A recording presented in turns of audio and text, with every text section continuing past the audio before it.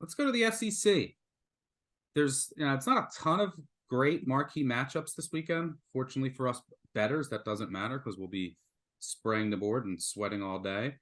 But this is definitely one of them. The world's largest cocktail party, 3:30 Eastern on CBS in Jacksonville between Georgia and Florida.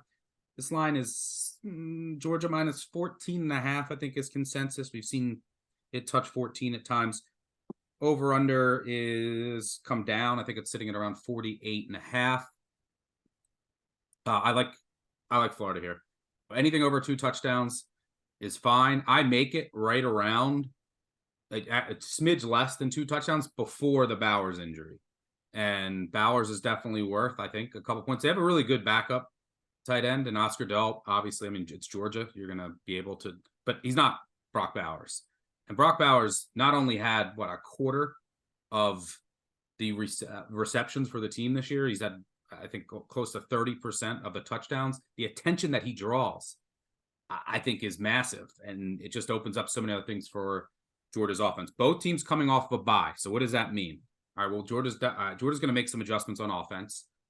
We'll see if they get healthier along the offensive line. We'll see if Mims can play.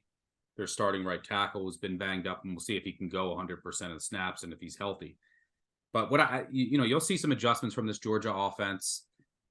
But I also think you're going to see some adjustments from this Florida defense. I have a ton of respect for Austin Armstrong. What is his MO? His MO is being super aggressive. He wants to, at Southern Miss, and look, we've seen the drop off in the Southern Miss defense. He had one of the highest blitz rates in all of college football.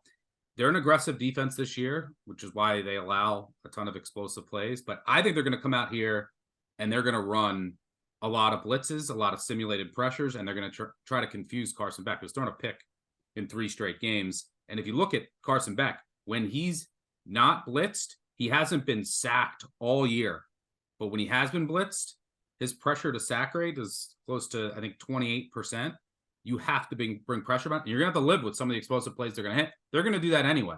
So I think Armstrong is going to be super aggressive here. He's going to force Beck into a mistake or two. But it's really the other side of the ball is that I think Florida's offense has been much better than I had projected. I think anyone had projected. I mean, Graham Mertz is completing close to 3/4 of his passes. He only has 2 interceptions, 12 touchdowns. He's been super efficient. And I think that this offense has found something of late. And what I think that they're going to do here, and that's part of what you want to project, is I think they're going to go heavy 12 personnel. It's been their best package from a success rate by far. And I think that you're going to give ETN the ball a lot. And there's been if you look at this Georgia defense and their offense, their metrics are all elite. Obviously, they're one of the best teams in the country. But they've played a laughable schedule. I had their schedule ranked outside the top 100. So, the data points haven't been that strong. But I think Florida's best shot at moving the ball is 12 personnel, go heavy, get extra blockers in there while you still have all of your best skill position players in. That would be ETN, Ricky Pearsall, your best receiver, Arliss Boardingham, your pass-catching tight end, who's a stud. He's going to be a player. And then freshman wide receiver Eugene Wilson, who's really come on of late. They've shown it a bit, using him in the running game a little bit, with end arounds. I think that they're going to get a little exotic with how they use him. And then Mertz's legs. He can use his legs a little bit. He's not the most mobile. Neither was Peyton Thorne. But Georgia's struggled with any quarterback that can just move, extending drives. But I think the formula here is short, efficient passing, which is what you can do against Georgia. ETN hopefully breaks a couple long runs, but Georgia's shown some cracks compared to usual in the running game. And then take your play action shots to Pearsall while using Wilson kind of in more exotic ways. And then, Boardingham in the red zone.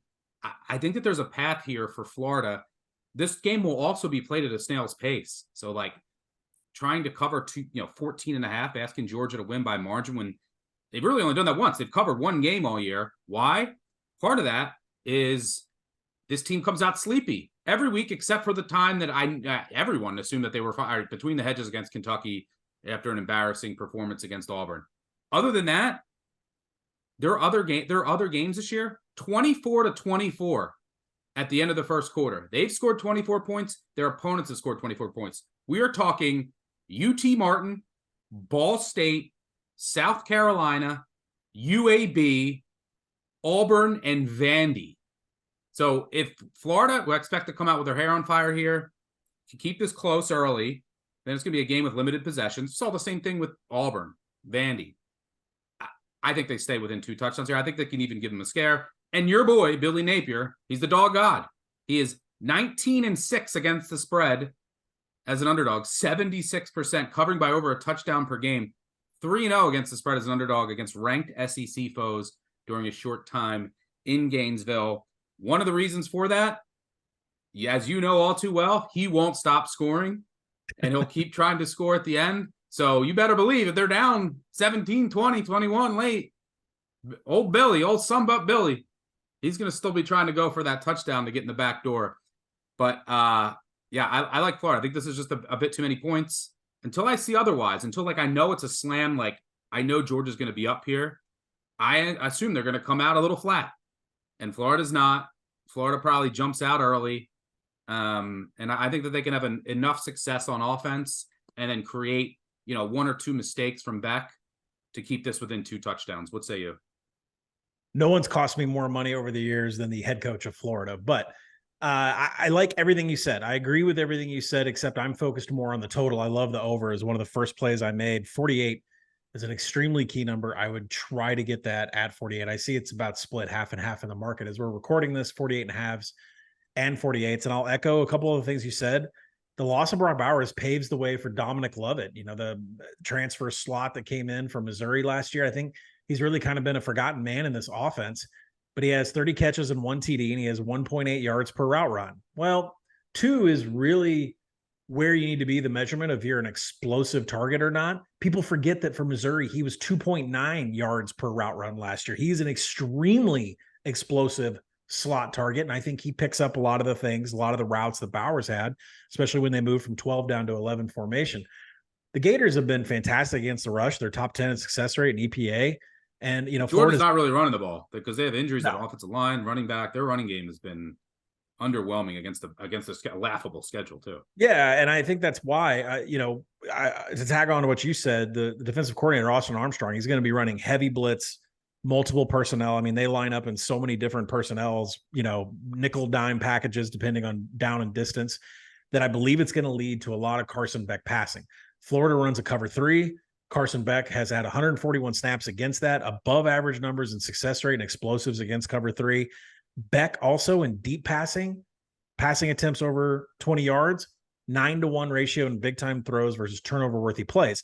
Now you flip to the other side and you mentioned this Florida offense, and you have to really, the first stat that got me kind of hooked onto them that I think they can score points is that they're 12th in the nation in on target rate. On target being, does your target, your wide receiver, whatever, do they break stride? Do they absolutely not have to do anything when the pass is thrown to them so accurately they just keep going? Graham Mertz is 12th in the nation, but also he's the shortest passer in the nation. Like, he has the lowest average depth of target. That plays perfectly against the Georgia defense because they play a ton of quarters where it's essentially like man disguised as zone, but it's back off the line of scrimmage against a Georgia defense that only sends 3 to try to create a pass rush. That's why their pass rush numbers are so low, which is huge because Florida's offensive line and pass blocking hasn't been great. Yeah. I think, I think the one place where I would get a little bit nervous if I was backing a Florida ticket is they have one of the longest average distances to go in third down, 8.3 yards. So, with an average depth of target for Graham Mertz, it's like 6.57. That's not going to work on third downs.